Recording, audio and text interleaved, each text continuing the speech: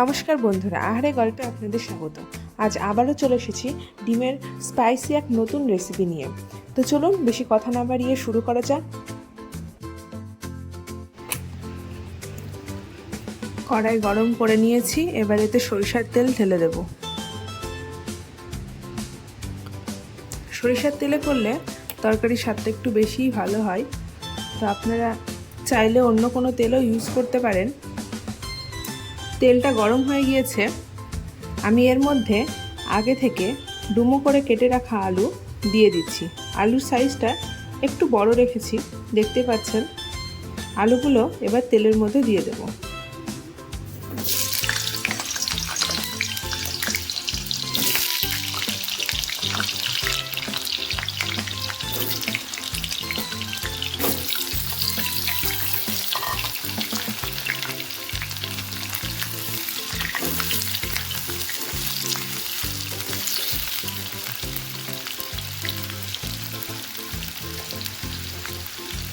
Medium হিটে রেখে আলুগুলোকে একটু লালচে করে আমরা ভালো করে ভেজে নেব।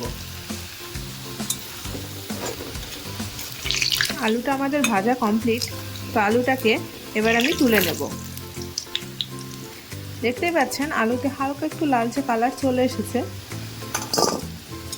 এই পর্যায়ে আলুগুলোকে সব তুলে নিন।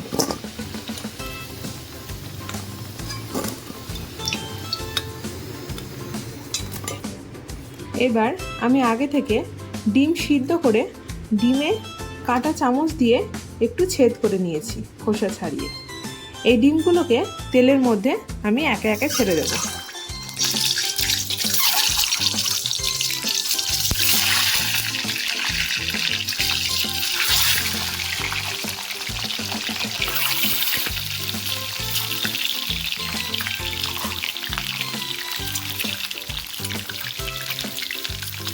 সাথে দিয়ে দেব সামান্য হলুদ আর সামান্য লবণ। এবার ভালো করে হলুদ আর লবণটাকে ডিমের সাথে মাখিয়ে নেব।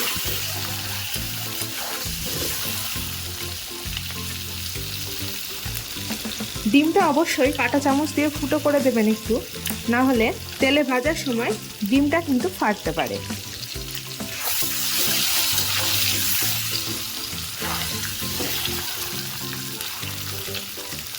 আবারও মিডিয়াম হিটে রেখে আমি ডিমগুলোকে একটু লালচে করে ভেজে তুলে নেব। ডিমগুলো ভাজা হয়ে গিয়েছে, এবার আমি ডিমগুলোকে তুলে নেব।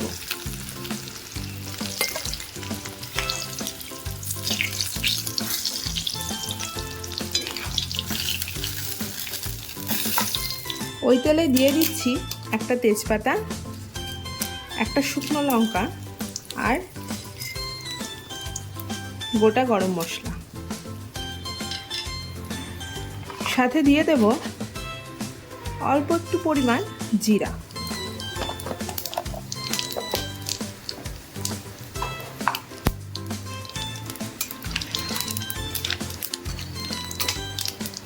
ফোড়নটা লাল হয়ে গেলে আগে থেকে কুচিয়ে রাখা পেঁয়াজ, আমি এখানে 3টে মিডিয়াম সাইজের পেঁয়াজ নিয়েছি। পেঁয়াজ 3টাকে ভালো করে কুচি করে নিয়ে আমি তেলের মধ্যে দিয়ে দিলাম।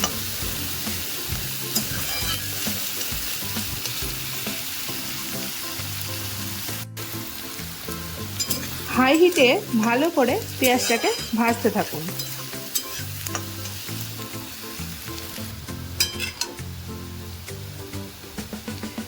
দেখুন পেঁয়াজটা অনেকটাই গোল্ডেন ব্রাউন কালার হয়ে গিয়েছে। পেঁয়াজটা আমাদের ভাজা হয়ে গিয়েছে। এর মধ্যে আমি এবার অ্যাড করব শুকনো লঙ্কার গুঁড়ো। দেখুন এবার ভালো করে একটু নাড়াচাড়া করে নেব। এই তেলের ওপরে শুকনো লঙ্কার গুঁড়োটা দেওয়ার ফলে তরকারির রঙটা কিন্তু খুব সুন্দর আসে। এইবার আমি দিয়ে দিচ্ছি আগে থেকে আদা, রসুন আর কাঁচা লঙ্কা আমি পেস্ট করে রেখে দিয়েছি। এই পেস্টটাকে আমি মশলার মধ্যে দিয়ে দেব।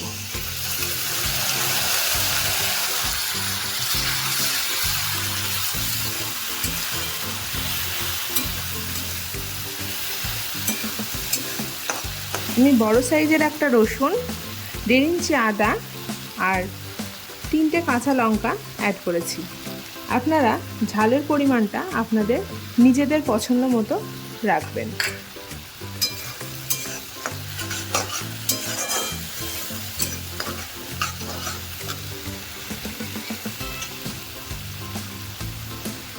সাথে আমরা এখানে অ্যাড করব 1 চামচ পরিমাণ হলুদ গুঁড়ো,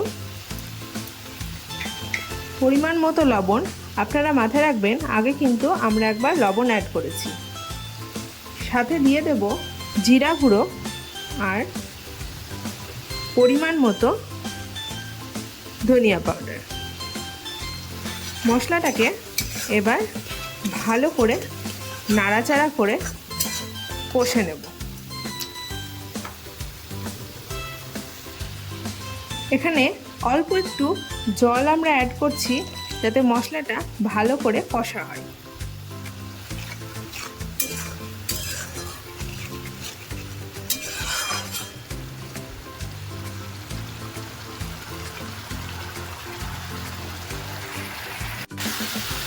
দেখুন জলটা অ্যাড করার জন্য মশলা থেকে তেলটা কি সুন্দর ছেড়ে দিয়েছে।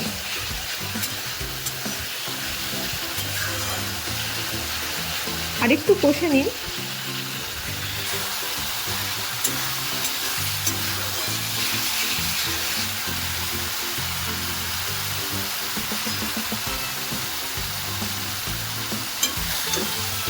দেখুন মশলা থেকে কি সুন্দর তেল ছেড়েছে।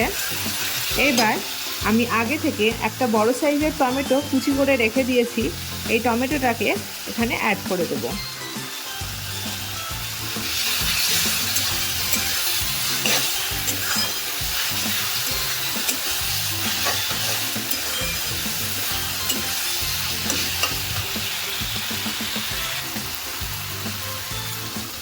ঢাকনা দিয়ে ঢেকে লো টু মিডিয়াম হিটে আমরা টমেটোটাকে কষে নেব মশলার সাথে। আমরা ঢাকনাটাকে সরিয়ে মশলাটা একবার নেড়ে দিচ্ছি।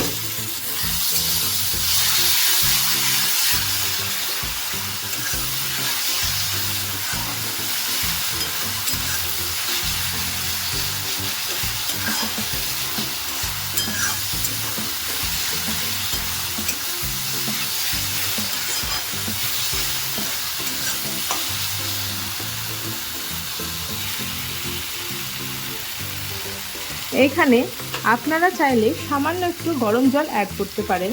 আমি একটু গরম জল অ্যাড করব যাতে মশলাটা ভালো করে কষা হয়।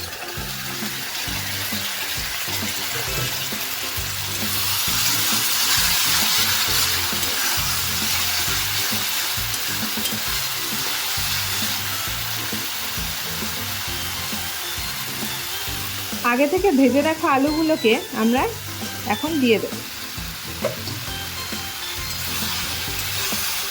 আবার একটু নাড়াচাড়া করে আমি ঢেকে দেব।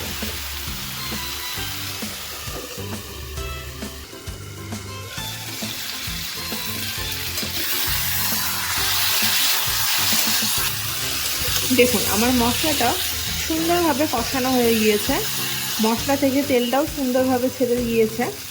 এবার আমি এখানে অ্যাড করব বেশ কিছুটা গরম জল।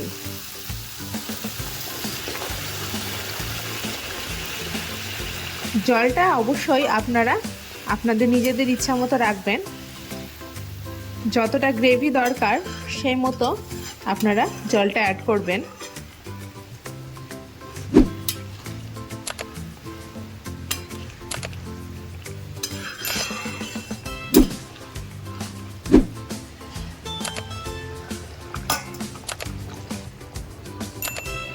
এবার আমি ঝোলটাকে একটু ফুটতে দেবো ভালো করে।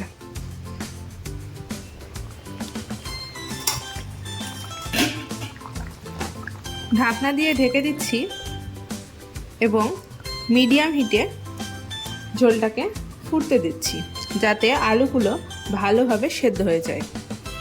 এখানে জলটা কিন্তু অবশ্যই আপনারা গরম জলই ব্যবহার করবেন, তার ফলে তরকারির স্বাদটা বজায় থাকবে। ঢাকনাটা তুলে নিচ্ছি। দেখুন ঝোলটা টকবক করে ফুটতে শুরু করেছে আর আলুগুলোও কিন্তু 90% কুক হয়ে গিয়েছে। এইবার আমি আগে থেকে ভেজে রাখা ডিমগুলোকে এর মধ্যে দিয়ে দেব।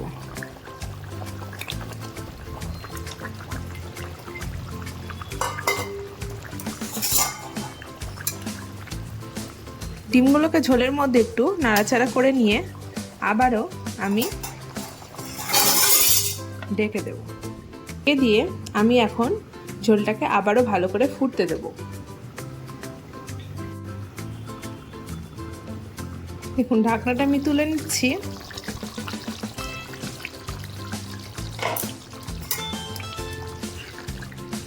ডিমের ভেতরেও কিন্তু সুন্দরভাবে মশলা ঢুকে গিয়েছে। এই কিছুক্ষণ ফোটানোর জন্য আমি এই পর্যায়ে রাখবো ঝোলটা। আপনারা যদি মনে হয় যে ঝোলটা একটু পাতলা লাগছে, আপনারা যদি একটু বেশি ঝোল রাখেন তো আপনারা এইভাবে একটা দুটো আলু ঝোলের মধ্যে ভেঙে দিতে পারেন। এর ফলে ঝোলটা আরও ঘন হবে এবং খেতেও ভালো লাগবে।